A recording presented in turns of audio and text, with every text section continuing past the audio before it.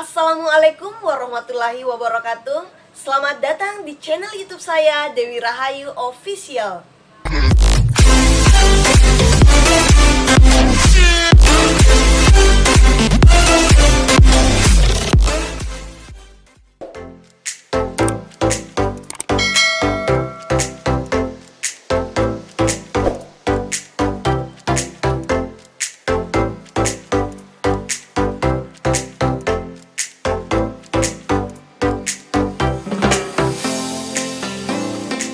Nah, sebelum kita memulai aktivitas pembelajaran kita hari ini, marilah kita berdoa kepada Tuhan Yang Maha Esa. Semoga pembelajaran hari ini berjalan lancar dan diberkahi. Berdoa dimulai. Selesai. Nah, kalimat motivasi hari ini yaitu, jika kau tak tahan lelahnya belajar, maka kau harus sanggup menanggung perihnya kebodohan. Nah, harapan saya yaitu semoga semua anandaku tetap survive dan semangat dalam belajar, sehingga kelak anandaku dapat memetik buah kesuksesan atas perjuanganmu hari ini dalam belajar. Semangat! Baik, materi pembelajaran kita hari ini yaitu teks deskripsi yang tertuang pada KD 3.1, mengidentifikasi informasi dalam teks deskripsi tentang objek, sekolah, tempat wisata, tempat bersejarah, dan suasana pentas seni daerah yang didengar dan dibaca. Selanjutnya 4.1, menentukan isi teks deskripsi yang didengar dan dibaca. 3.2, menelaah struktur dan unsur kebahasaan dari teks deskripsi tentang objek yang didengar dan dibaca. 4.2, menyajikan data, gagasan, kesan dalam bentuk teks deskripsi tentang objek secara tulis dan lisan dengan memperhatikan struktur dan aspek kebahasaan baik secara lisan dan tulis. Tujuan pembelajaran yaitu yang pertama, peserta didik mampu menentukan ciri umum teks deskripsi dari segi isi dan tujuan pada teks yang dibaca atau didengar. Yang kedua, peserta didik mampu menentukan isi teks deskripsi yang dibaca atau didengar. Selanjutnya, peserta didik mampu memerinci bagian-bagian struktur teks deskripsi. Selanjutnya, peserta didik mampu menentukan bagian identifikasi, deskripsi bagian pada teks deskripsi yang disajikan. Selanjutnya, peserta didik mampu menelaah kaidah kebahasaan dari teks deskripsi. Selanjutnya, peserta didik mampu menyajikan data, gagasan, kesan dalam bentuk teks deskripsi tentang objek secara tulis dan lisan. Pernahkah anandaku mendengar atau membaca teks deskripsi? Tentu, kalian pernah melihat acara jalan-jalan dari sebuah televisi yang menayangkan keindahan pariwisata Indonesia dengan pemaparan yang menarik.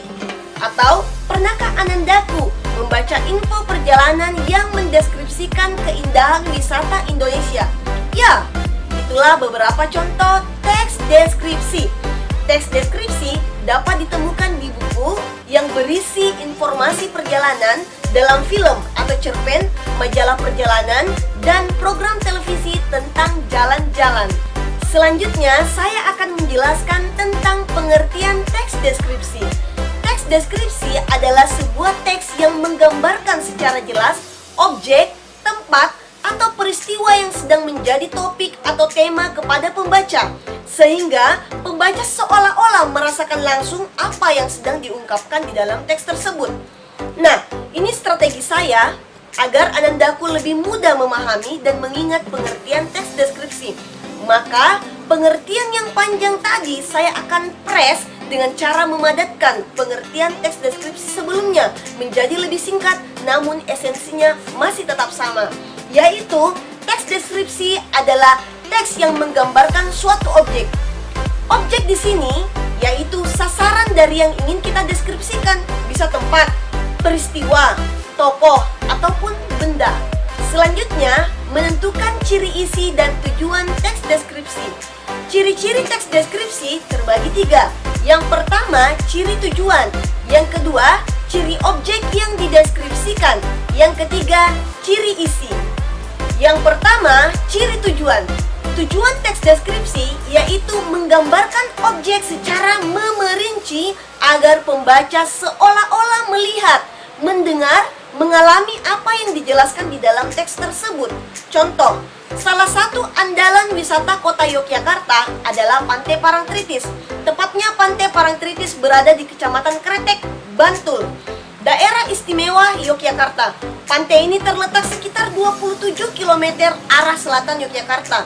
Nah, berdasarkan contoh tadi, pembaca mendapat gambaran bahwa ternyata di Yogyakarta ada pantai namanya Pantai Parangtritis. Terus letaknya berada 27 km arah selatan Yogyakarta. Ciri yang kedua yaitu ciri objek yang dideskripsikan.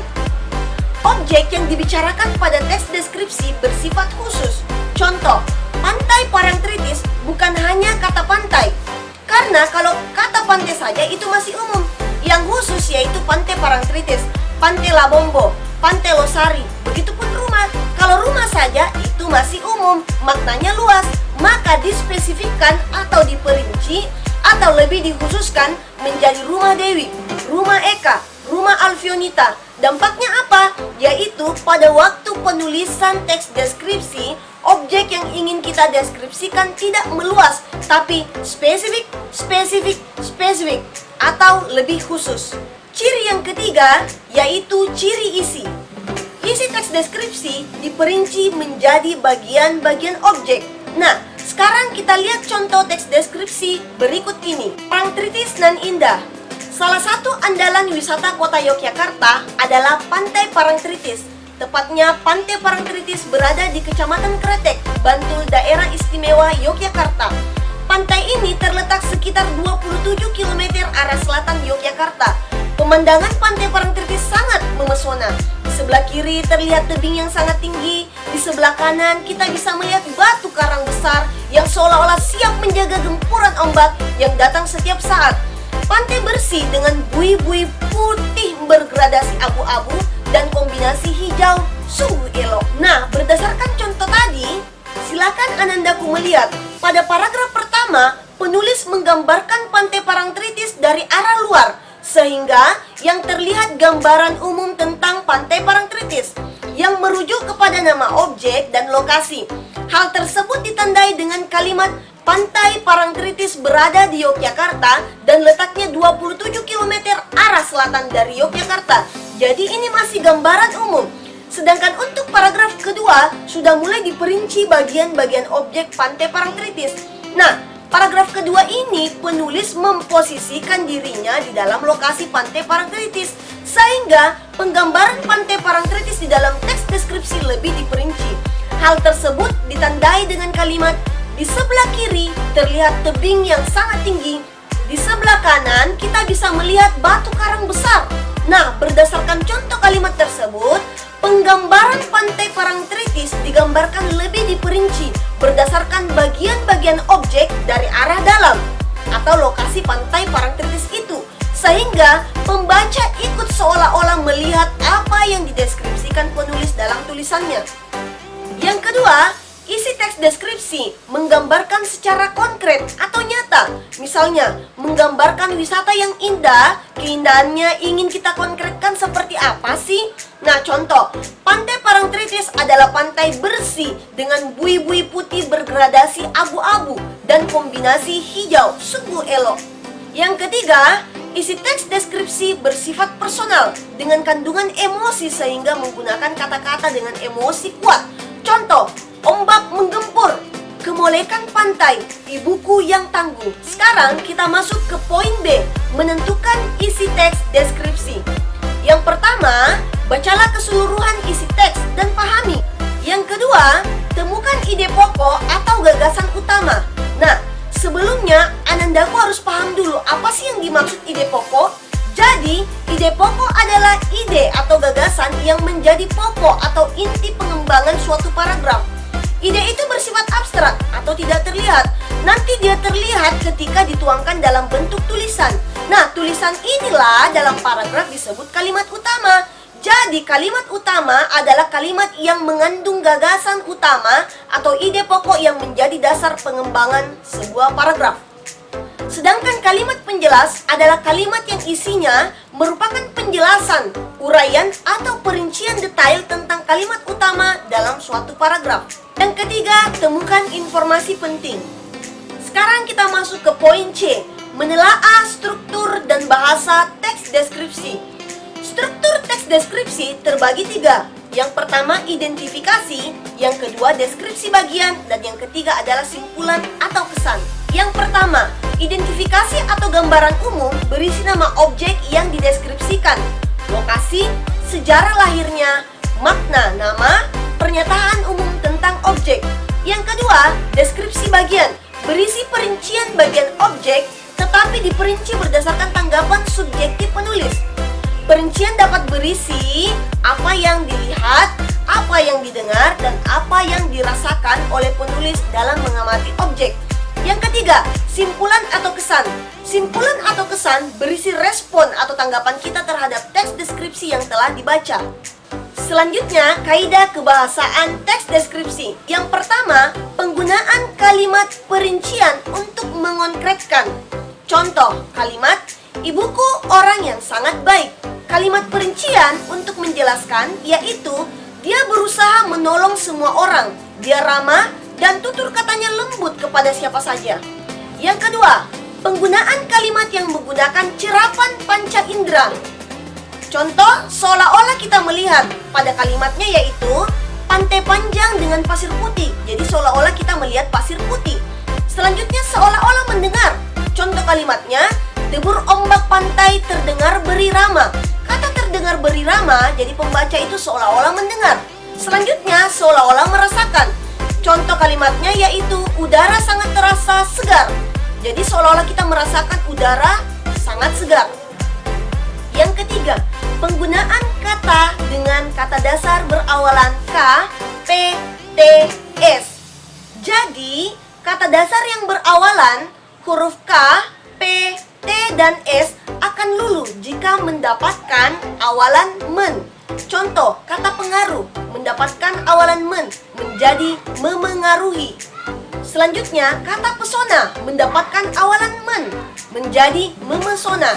Selanjutnya, kata karantina mendapatkan awalan men menjadi mengarantina. Yang keempat, penggunaan sinonim pada teks deskripsi. Contoh, kata indah, sinonimnya yaitu elok, permai, dan molek. Mengherankan, sinonimnya yaitu mengagumkan, memukau, dan fantastis. Yang kelima, penggunaan kata depan pada teks deskripsi. Contoh, kata depan di. Pada kalimat, drama tari kolosal, Arya dipentaskan di area Monas. Selanjutnya, 6. Penggunaan kata khusus. Contoh, kata umumnya yaitu indah. Kata khususnya, elok, molek, cantik, menawan, menakjubkan, memesona, dan manis. Kata selanjutnya yaitu melihat. Kata khususnya yaitu menonton, menyaksikan, memandang, mengamati, dan memerhatikan. Yang ketujuh, penggunaan kata depan di dan huruf kapital. Jadi, setelah kata depan di belakangnya itu ada kata yang menyatakan tempat, maka penulisannya harus berpisah dan kata yang menyatakan tempat itu harus diawali huruf kapital. Contoh, yaitu di Lombok, di Toraja. 8. Kalimat bermajas. Apakah majasnya personifikasi, hiperbola, dan lain-lain? Yang kesembilan, penggunaan pilihan kata yang bervariasi. Teks deskripsi menggunakan kosakata secara segar dengan variasi kata yang luas. Contoh, indah, elok, permai, dan molek. Selanjutnya yaitu menyajikan lisan dan menulis teks deskripsi. Langkah-langkahnya yang pertama, tentukan subjek yang akan dideskripsikan dan buat judul. Contoh, sekolah kebanggaanku. Selanjutnya, sekolah baruku. Yang kedua, buatlah kerangka bagian-bagian yang akan dideskripsikan. Contoh, sekolah baruku. Objek yang ingin dideskripsikan yaitu gedungnya, halaman, guru, dan teman. 3. Mencari data. 4. Tatalah kalimat-kalimat menjadi paragraf pembuka teks tanggapan deskriptif atau identifikasi, paragraf deskripsi bagian 1, deskripsi bagian 2, deskripsi bagian 3, dan paragraf penutup. Yang kelima, perincilah objek atau suasana yang kamu deskripsikan dengan menggunakan kata dan kalimat yang merangsang panca indera. Sekian pembelajaran kita hari ini. Untuk penugasannya silakan Anandaku melihat di aplikasi Google Classroom. Kurang lebihnya mohon dimaafkan. Wassalamualaikum warahmatullahi wabarakatuh.